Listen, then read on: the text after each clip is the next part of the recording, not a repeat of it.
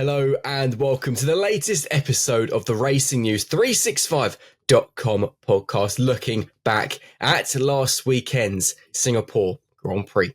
From Racing News 365, my name is Nick Golding and I'm delighted to be joined as always by the awesome duo 2023 Young Journalist of the Year, Sam Coop, and lead editor Ian Parks. Gentlemen, what a weekend in Singapore. Stories on the circuit and obviously off the circuit, a lot of which we'll be discussing in this podcast. But Ian, we'll come to you first, because what was your biggest takeaway? Because for me, and I'll say mine at the end, mine was off the circuit. Well, yeah. Hi and hello, everybody. It's Max, isn't it? There was only one story in town across the entire 4 days of this Grand Prix weekend, and it was Max Verstappen from start to finish. It started on Thursday morning. We had the proclamation from FIA President Mohammed bin Sulayem to the drivers to curb their language, to be more mindful of what they're saying over the radio during a Grand Prix. And then literally a few hours later on the Thursday, in the official FIA drivers press conference, there was Max using the F word. Now, from what I understand from speaking to our Dutch colleague, the F word is pretty much a given kind of thing in the Netherlands. I don't know whether that's true or not. Obviously, for the most part, people use that kind of language. Don't get me wrong, I appreciate not many people do. It's not to their taste. We've seen some comments that on our website that we don't like, some people don't like our headlines containing the swear words that have been used by some of the drivers. And I fully get that. I fully appreciate it. I understand it. I get where they're coming from. And in this instance, the fact that Max chose to use the F word to describe the way his car was going into qualifying, or throughout qualifying, should I say, in the previous weekend's Azerbaijan Grand Prix, given the changes that have been made to the RB20 in between FP3 and qualifying, it was, for him, a normal run-of-the-mill kind of comment, even though, of course, it was in an official FIA press conference, and the fact that it came literally within hours of Mohammed bin Sulayem's remarks regarding the use of foul language. And then over the course of the Grand Prix weekend, it then just exploded, never more so than on Friday, when Max was all of a sudden summoned to the stewards for using foul and abusive language in an FIA press conference. And we'd already pre-written the article. I know I had. I'd pre-written it for our website, folks, just to let you know that following what happened in Las Vegas, when Toto Wolff, the Mercedes team principal, and his Ferrari counterpart, Fred Vasseur, had both used the F word during the official FIA team principals press conference, of course, that weekend. Both of those guys received a formal warning. So I'd pre-written the article, ready to go out when the steward's summation landed, that Max likewise had received a formal warning. So lo and behold, what did we see?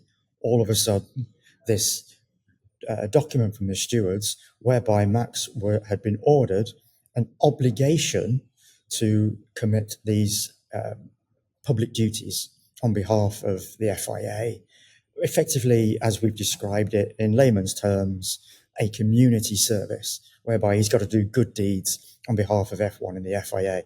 And from that point on, Max just took it on himself to then just do his own thing, effectively, when it came to the surprise fact, of course, that he was in further official FIA press conferences post-qualifying and post-race, because pretty much nobody, had expected him to be where he was after qualifying on Saturday at the Marina Bay Street Circuit, i.e. second on the grid alongside his main title rival, Lando Norris.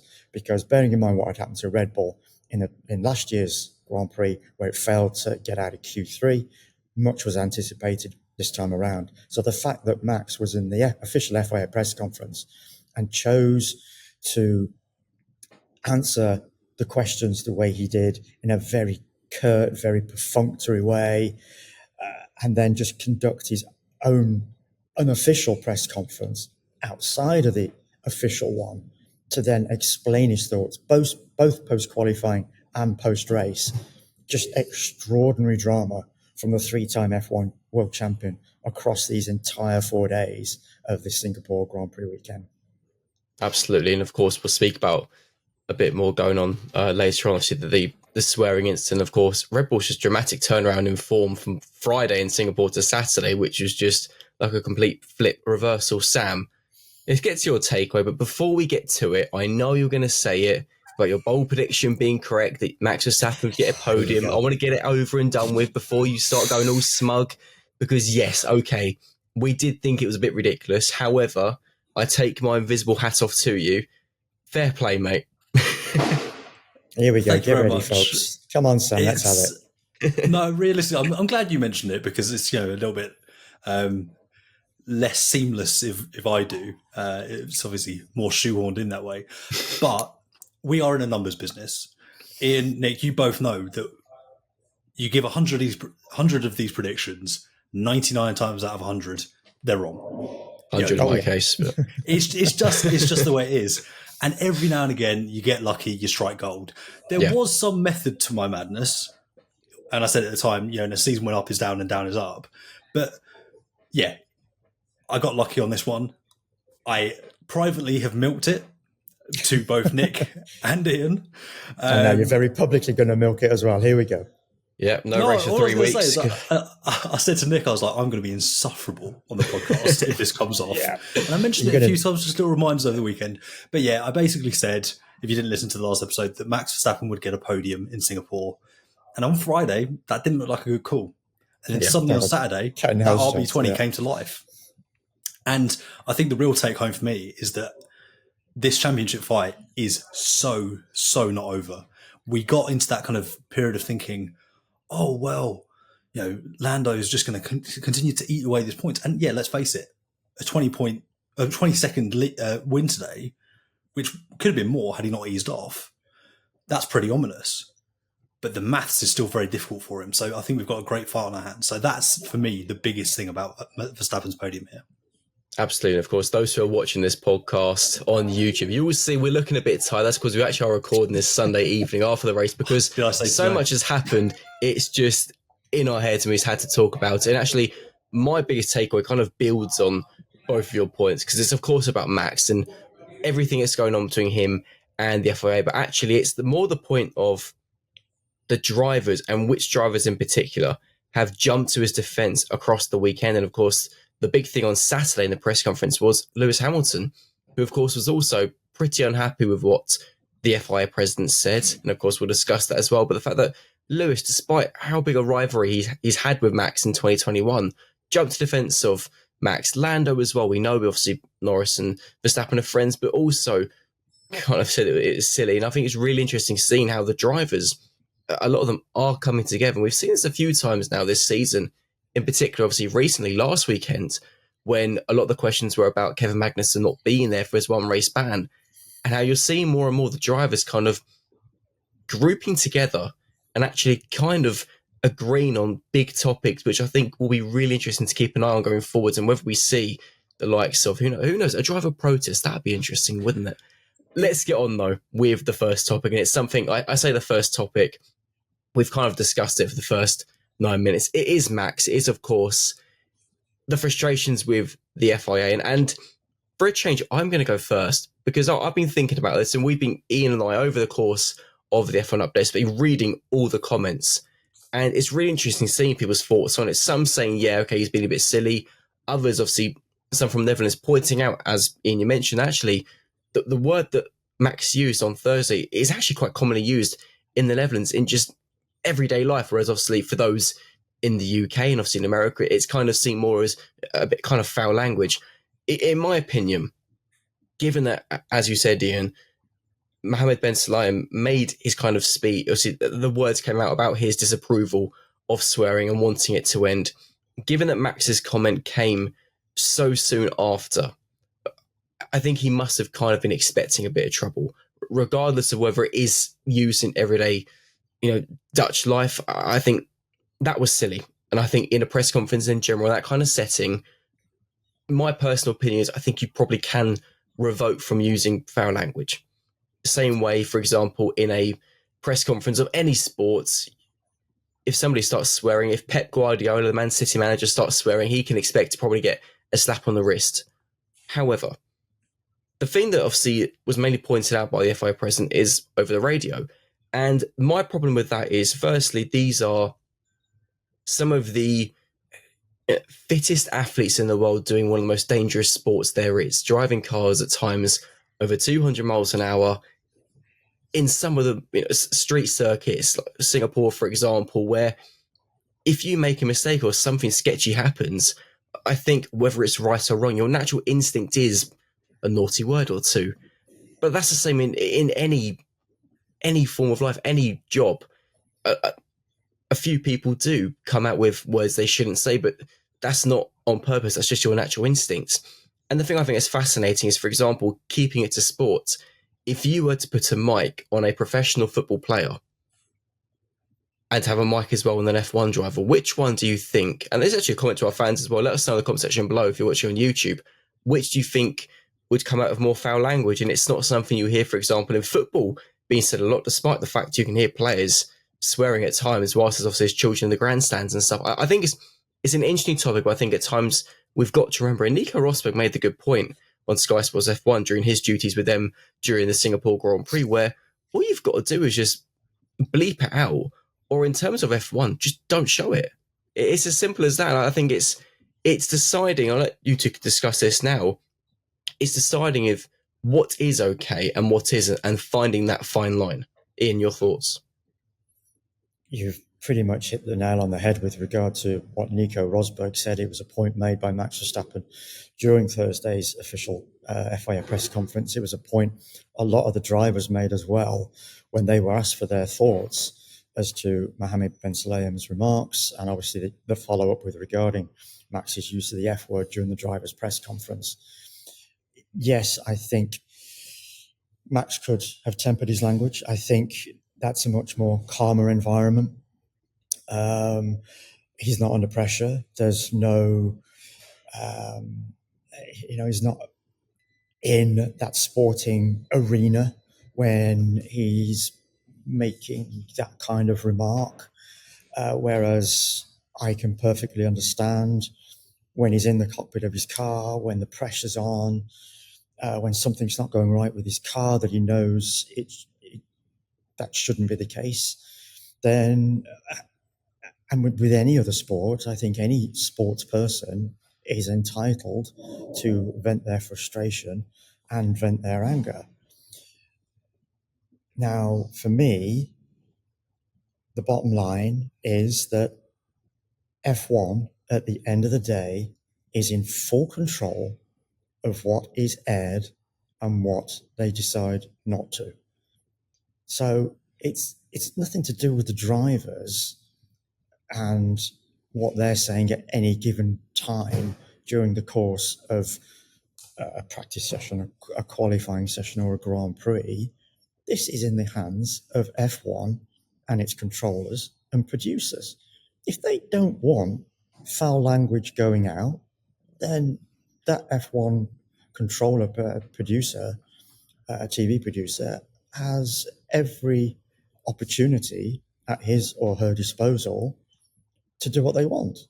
So asking the drivers to curb their language, well, as you say, in any sport, football, rugby, cricket, we've heard it previously,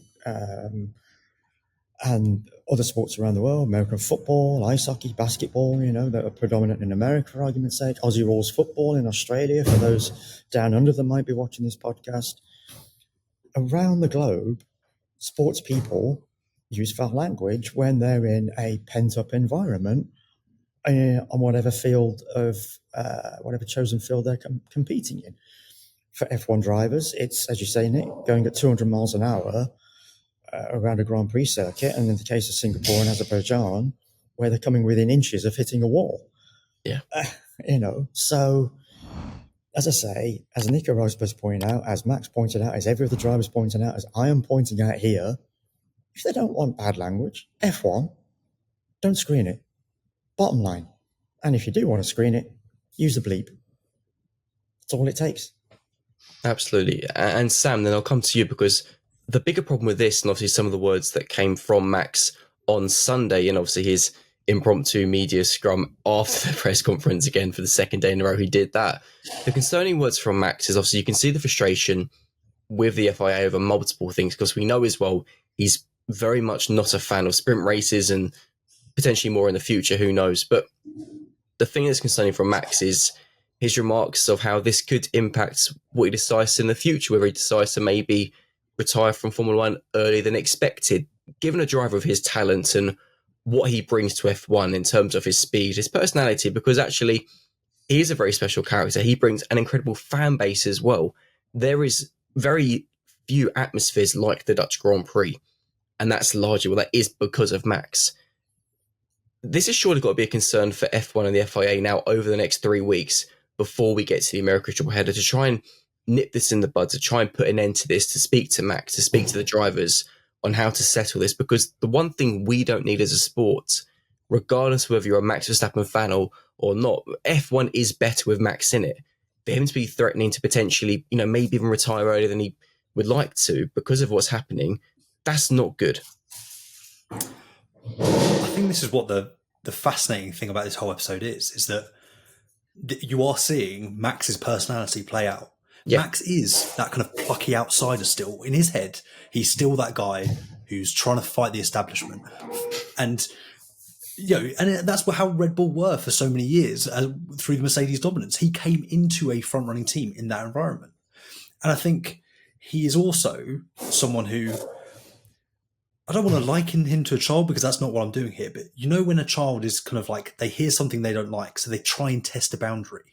I feel like his use of the F word on Thursday in the press conference was almost that. It was almost this, Mohammed bin Sulayem has said these comments, I'm going to see actually how far they're willing to push this if I test them.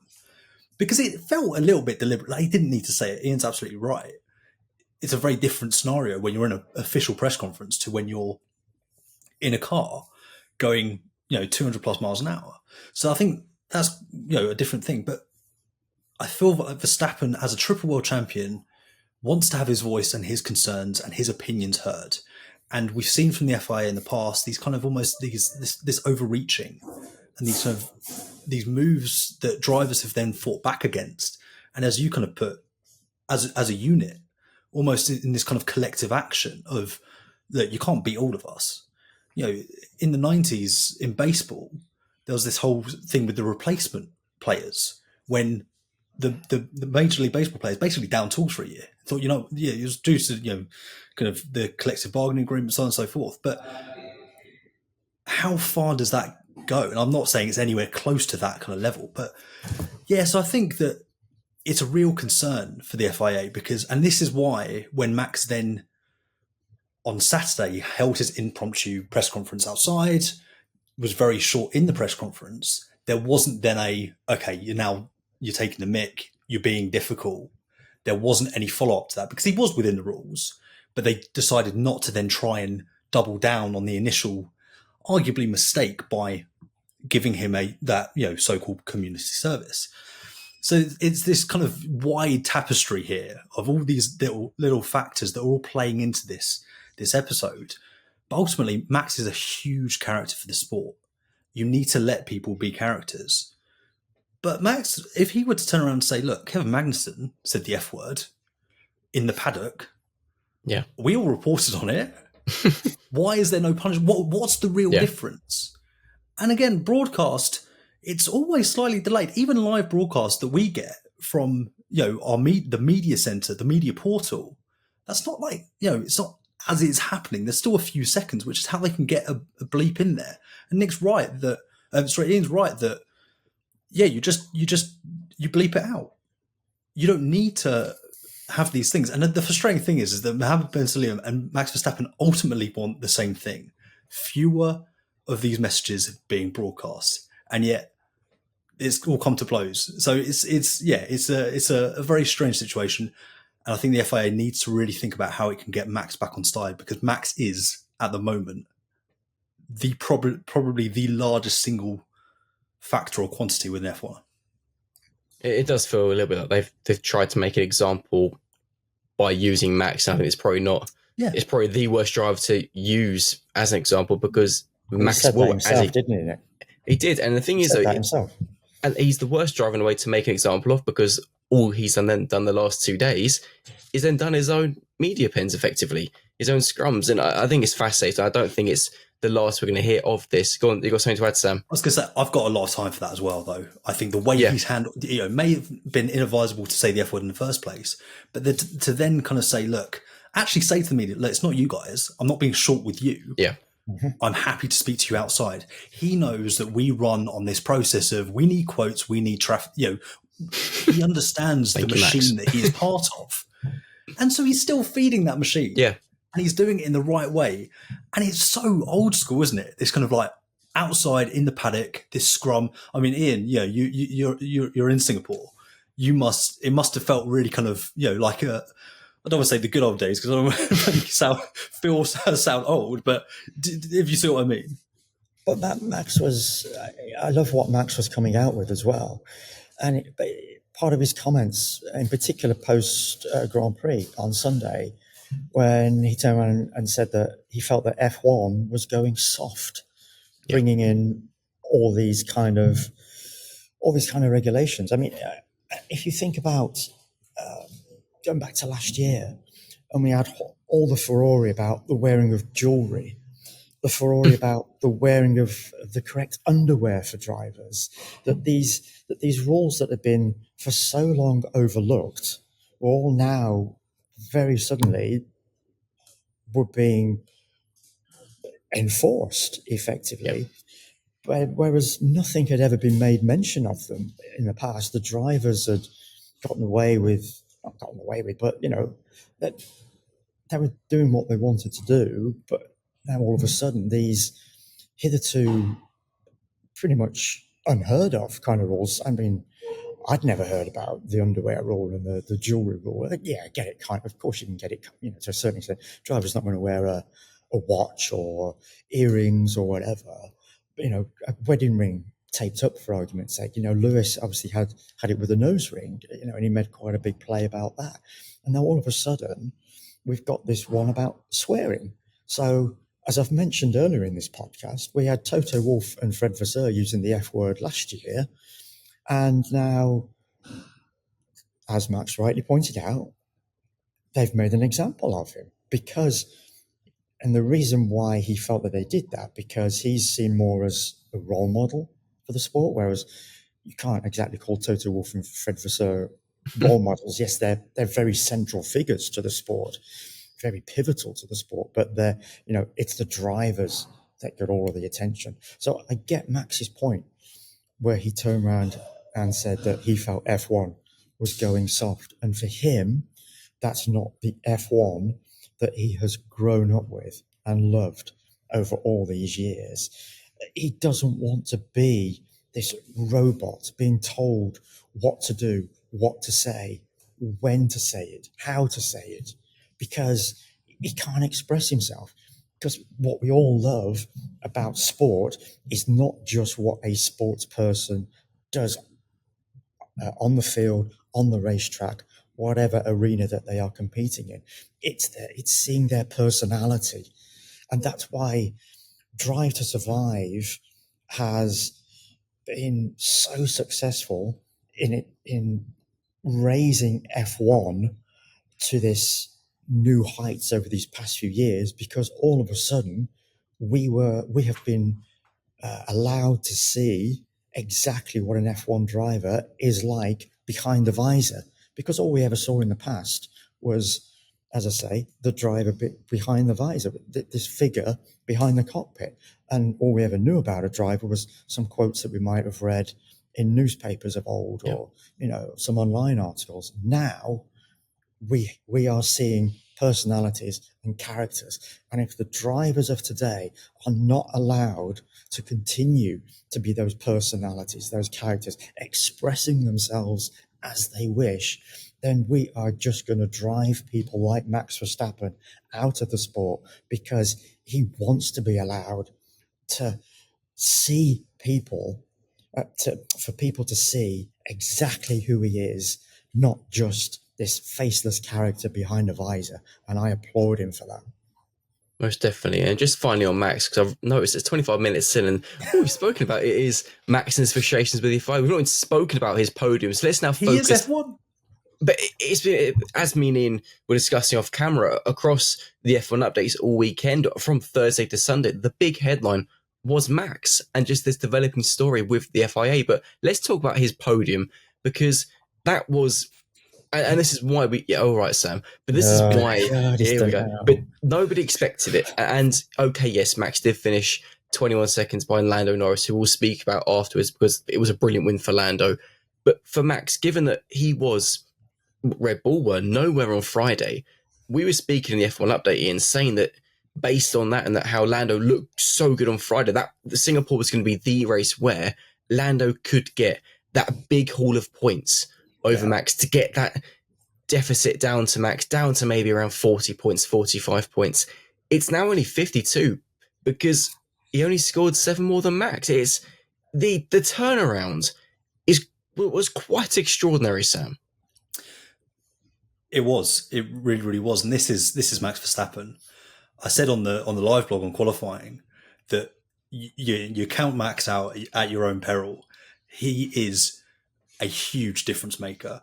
Just look at the weekend Sergio Perez ended up having. Yeah, and I said, basically almost verbatim, he is box office. He's blockbuster, and he is so sensational that he is able to drag these performances out of a car that is struggling at a circuit that Red Bull have in recent years really had difficult times at. And psychologically, that is huge for him in this championship battle. Lando Norris is going, I won the race and I won it by 20 seconds, but I thought I'd make more than 7 points on the guy. Yeah. Like, come on. And let's not forget, because Max has had it easy, relatively speaking, the last few years. This is a driver who went toe-to-toe with Lewis Hamilton, the most decorated driver of all time in 2021. And Abu Dhabi aside, whatever you want to say about it, he went toe-to-toe with him, and he was there at the end of the season. So psychologically, almost the ball's in his court at this point. Because yes, he's ahead, but he's been hunted, and it's all, kind of... But yeah, so it's huge.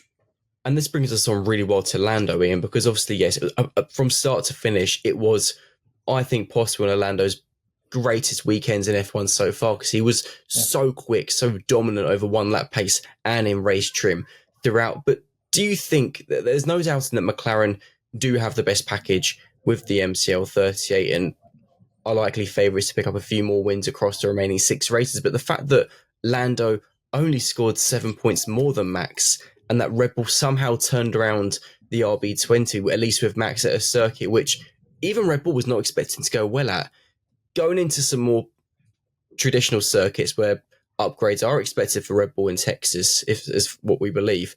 Do you think this might have concerned McLaren, despite Lando and Oscar both being on the podium? I think I'm going to call it that we're going to look back on this as a really pivotal weekend, because as you guys have rightly pointed out, this should have been a weekend where Lando Norris really ate into that 59-point deficit as it was coming into the weekend. He would have been looking at maybe something like reducing that well into the 40s. And here we are, we've come out of it, and it's 52 points. Now, don't get me wrong, there's still a good chunk of points on the table. And yes, that Merkel 38 is the dominant car right here, right now. But Lando will be thinking, blimey, my gap should really be a lot less than it is at 52 points. looking at the way things are going, you've got to say that McLaren most definitely now are the favourites for the constructors title. And it's an obvious and easy thing to say because it's a 52-point gap, but I think Max is going to go on now from here to become a 4-time F1 champion. I just think coming out of this weekend where Red Bull were not expecting, and he was not expecting when you think of his comments after the Azerbaijan Grand Prix weekend, not to do well, all of a sudden he got second on the grid in qualifying that no one foresaw. I can't imagine many people inside Red Bull foresaw that come the close of play of FP2 on Friday evening, that he would then or the team, and he would transform that into second on the grid in qualifying and second on the grid in the race. So for Max to still have this considerable lead, it's going to take, I think, a race of catastrophic proportions from him, an incident, an accident, or whatever, for him not now to come away with, as I say, that 4th title at the end of the season, because something major has got to happen for Lando to win this driver's title this season. And what's interesting is that obviously in the Constructors' Championship, McLaren has increased its lead over Red Bull to 41 points. We'd kind of been speaking ahead of the weekend of Ferrari making it a 3-way fight, but actually, quite interestingly, Charles Leclerc, who did very well to recover from 9th to 5th, kind of said afterwards that, it's McLaren's to lose. Ferrari were only kind of in it. If McLaren make a mistake, we're not quite there. And we kind of saw that actually throughout Singapore on Friday. Ferrari were right there. Charles in particular was right there with Lando. We predicted it and it would be a close fight for pole. Wasn't the case in the end. Ferrari really struggled over one lap in qualifying. And the most interesting thing with Leclerc actually is that he was very critical of his tyres, particularly for Q3, and how they were so low, how the temperature in the front tyres was so low. He then kind of, quite in a mature kind of move after the race, came out and wanted to backtrack and talked about qualifying and how actually it was his fault. He takes the blame. It's the driver's responsibility to kind of keep heating the tyres almost. You kind of feel that whilst what Leclerc did was, accepting faults 24 hours on is brilliant and fair play to him, you kind of feel that with these inconsistencies in Ferrari's performance that perhaps it is the 2-horse race in the constructors, Sam. You do. You get that sense, and there's a level of recency bias to this, and we've seen how quickly the pendulum swings this season. 3-horse race in Austin. Well, exactly. Like it's the start of the season, Red Bull were winning by 20 seconds. Now they're losing by 20 seconds. That's a 40-second swing. In a sport where 0.3 of a second is seen as a lifetime. So it's very difficult to say exactly how things will shake out. But for me, the big take home is this weekend and Ferrari, they were struggling. Well, Leclerc was struggling with tyres all weekend. The episode where they were bleeding the pressure out during practice, very highly unusual nowadays, and obviously earned him a trip to the stewards. But what was really telling is this weekend, it wasn't Ferrari who dropped the ball. It was Charles and Carlos. They were the ones who were ultimately responsible for qualifying in 9th and 10th. Yeah. Carlos is obvious. Charles was only really obvious today when he, as you said, came out and said, actually, that was my bad. And I mean, masterful drive through the pack. He had a great Sunday, but what could that have been had he qualified where he should have? So yeah, again, this will be a pivotal point, as Ian said, in the season. And that isn't just for McLaren and Red Bull. This could well be very, very pivotal for Ferrari, and actually seeing them kind of falling away, or at least even if they close up, how big a difference could this weekend have made for them? That's a really good point, because it also then kind of argues the point of why this second place for Max could end up being so important. And actually, I think, Ian, you are bang on the money that we're going to look back at this at the Singapore Grand Prix come the end of the year is a really vital turning point almost in the season, because so much could depend on what unfolded on Sunday. Not so much for Mercedes, George Russell obviously finishing 4th, Lewis Hamilton in 6th, neither driver attending their media duties after the race, because obviously just due to the brutal conditions in Singapore. But what's really interesting is obviously we've heard over the last few races now, a couple of races, both drivers complaining of their cockpit getting hot. Obviously, Lewis a few times has complained of his seat getting hot. George during the race was saying the car was feeling like a sauna. It's interesting, Ian, that Mercedes seem to have this kind of issue. There's obviously something going on with the seat in the cockpit, because it's odd that of all the drivers, it was the two Mercedes drivers who weren't attending the media duties. Yeah, incredibly rare, I've got to say. We saw it in the Qatar Grand Prix last year, what the brutal conditions did there to all the drivers. This was a bit different. Yes, it was a typically hot and humid Singapore evening, but no worse than has previously been experienced around the Marina Bay street circuit over the course of the years. This was the 15th edition of the Singapore Grand Prix. You know what you're going to get here. Year in, year out, it's exactly the same. The temperature doesn't change, the humidity doesn't change.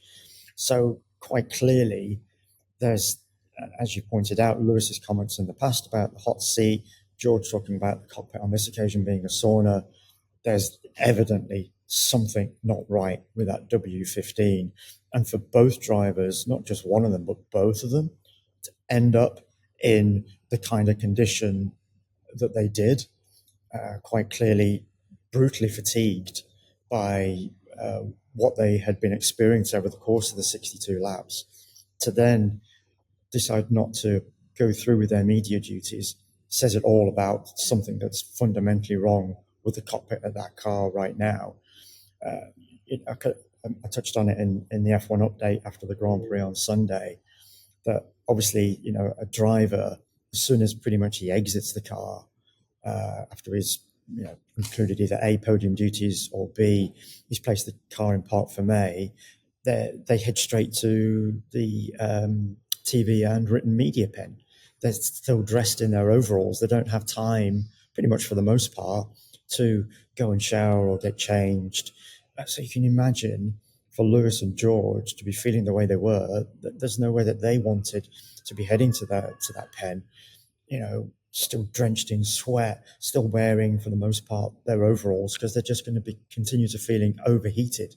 And as I'm sure, that was the way they were feeling. So I can forgive them, on this occasion, if that's what the cockpit of that W15 was doing to them. And, I'm sure a few ice baths followed, and they managed to recover. But yeah, I can understand why they didn't go through with those media duties. But definitely, it's something that Mercedes has to get on top of, particularly going into this year's Qatar Grand Prix. Yes, it's taking place at a slightly later time in the year compared to last year, when the temperatures were severely brutal. And what particularly made it even worse at last year's Qatar Grand Prix was the fact that the humidity was incredibly high compared to the Saturday and the Friday in qualifying and practice. So that really added to the drama. As I say, this year's Grand Prix in Qatar, slightly later, it will play a little bit of a part, but Lewis and George are really going to be demanding that Mercedes get on top of whatever issues is ailing that car with its cockpit before they go into that Grand Prix, because there's no way they're going to want to go through that again, having experienced it over the course of this past Sunday in Singapore. Absolutely. And of course, we have to have two more talking points. So the last one is going to be Daniel Ricciardo, so we'll get on to him in a couple of minutes. But first things first, we have now got this quite rare 3-week autumn break. And if I'm not mistaken, it's the same length as the summer break, which was only 4 or 5 weeks ago. So it feels particularly odd. It gives, obviously, the teams, because there's not a shutdown, it gives the teams a chance to assess things ahead of the American triple header, of course. Who do you think, Sam, I'll then ask you, and you have a few minutes to think about it, but who do you think, Sam, will be the happiest and the unhappiest teams going into the break? Very good question. Thank you. I'm very happy. I'm using the break to go on holiday myself. But I'm all right, Jack. Cheers, Sam.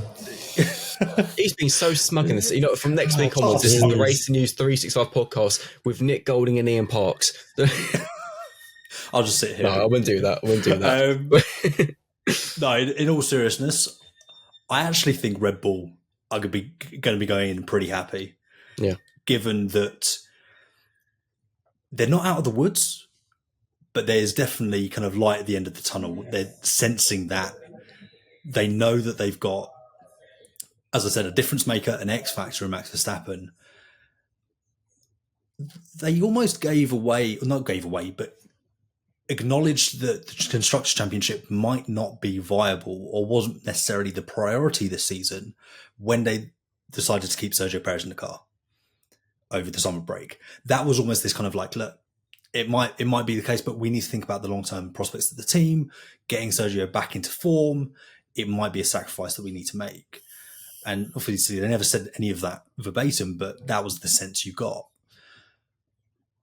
In the Drivers' Championship, we've talked about pendulum swings. Just the momentum now, it's very often that you finish second and you feel like the winner. But I feel like there's a good chance Max is going to go into this break feeling like that. And I think he can drag the team along with him. So I think they'll be pretty happy with how Singapore went. And if they can bring even some, kind of smaller upgrades to the car, I think he'll go, you know what?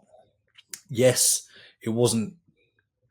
we're not quite where we want to be, but Lando now needs to win every weekend, and he needs Oscar there as well. Oscar now needs to beat me to allow Lando to win that championship, because as of this race in Singapore, if Max finishes second in every race and sprint for the remainder of the season, even if Lando wins all of those races, he will win the title regardless of where the fastest lap points fall. This is a big moment in the fight. So Red Bull will be happy. Unhappy, I think Mercedes, really. It's just fallen away. These last 4 rounds, pendulum swing for like the fourth or fifth time in the last 10 minutes. But they went into the summer break having won 3 of 4, 2 out of 3 on merit. They looked really good, and we're like, how many different guys are going to win races in the final 10 rounds? How many different teams? How good is this going to be, this 4-horse race? And yet they have just fallen off some sort of cliff with this. And so they'll be really confused because, as I said last time, that the floor seems a bit of a mystery for them. They're going to bring a new floor to Austin. That's going to be key. But yeah, they're going to be really scratching their heads going, how have we lost our way so quickly and to such a dramatic effect? What about you, Ian? Yeah, I think Sam's got a point. I'm going to have to agree with Sam in one aspect, that I think Red Bull are going to be happy with this break because it gives them the opportunity to get on top of the issues that they've had with this car.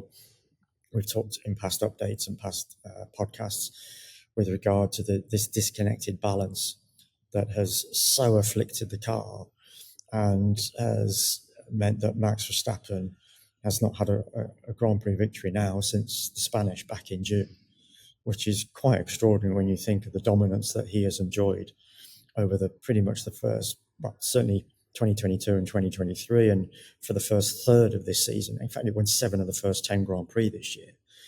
And now all of a sudden, he's not winning the last 8. Quite extraordinary. So Christian Horner said it after Baku, the Azerbaijan Grand Prix, and he's said it again after the Grand Prix in Singapore, that the team now has a very good handle on what the issues are with that car and what it needs to solve them going forward. And I talked about the Singapore Grand Prix being a pivotal one when we look back on it. And I think equally now, the United States Grand Prix, after this 3.5 week break that we've got coming up, is going to be equally as pivotal, because we're going to see just how far Red Bull has managed to get on top of those issues. If it can reproduce the kind of performance that we saw in Singapore from Max, or if it can even go one step further and really get itself back into the fight with McLaren and Lando Norris. And I say back into the fight when you consider that there was a 21-second gap at the end of the Singapore Grand Prix. That's huge. So if it can push McLaren, if it can push Lando even more over the course of a qualifying lap, even more over the course of a Grand Prix, then it's going to, as I say, really play into how the following 5 races go after that Grand Prix in Austin. For certain. And I think for me, I agree. I think Red Bull will be happy. I think McLaren are going to be the happiest. They're leading the Constructors' Championship. It's a massive deal for them. I agree Mercedes are going to be unhappy. And I actually want to pick out one driver who I think will be happy. And I'm thinking outside the box, and that's Carlos Sainz, because I think he's probably quite a happy boy that he got his Williams contract signed. Because I tell you what, Franco Colapinto is some driver to keep an eye on for the future. But we've got to end off on Daniel Ricciardo. And of course, it's kind of no secret, as you can tell by the way he was conducting himself in the media pen after the race, that it's very much expected that any day now will be confirmed that Liam Lawson will replace him for the remainder of this season at RB. And Ian, I want to come to you on it because we discussed in the F1 update, but Daniel has done so much for F1 with his rare personality, because there are very few people, not just in sport, but in the world, who kind of have his bubbly character who he could be having the worst day in the world, yet he'll still have the biggest smile on his face. He had quite a few bad days at McLaren, if we think back, guys, and he was put through the ringer where during a lot of that time he was there. And yes, for the most part, his smile was still in evidence. These past few days that I spent in Singapore, you looked at him in the driver's pen on Thursday, and I remember using the phrase to you in Friday's F1 update when you and I were looking back over Thursday and Friday initially, and I described him then as a dead man walking. Yeah. And you could pretty much see that the smile had disappeared from Daniel.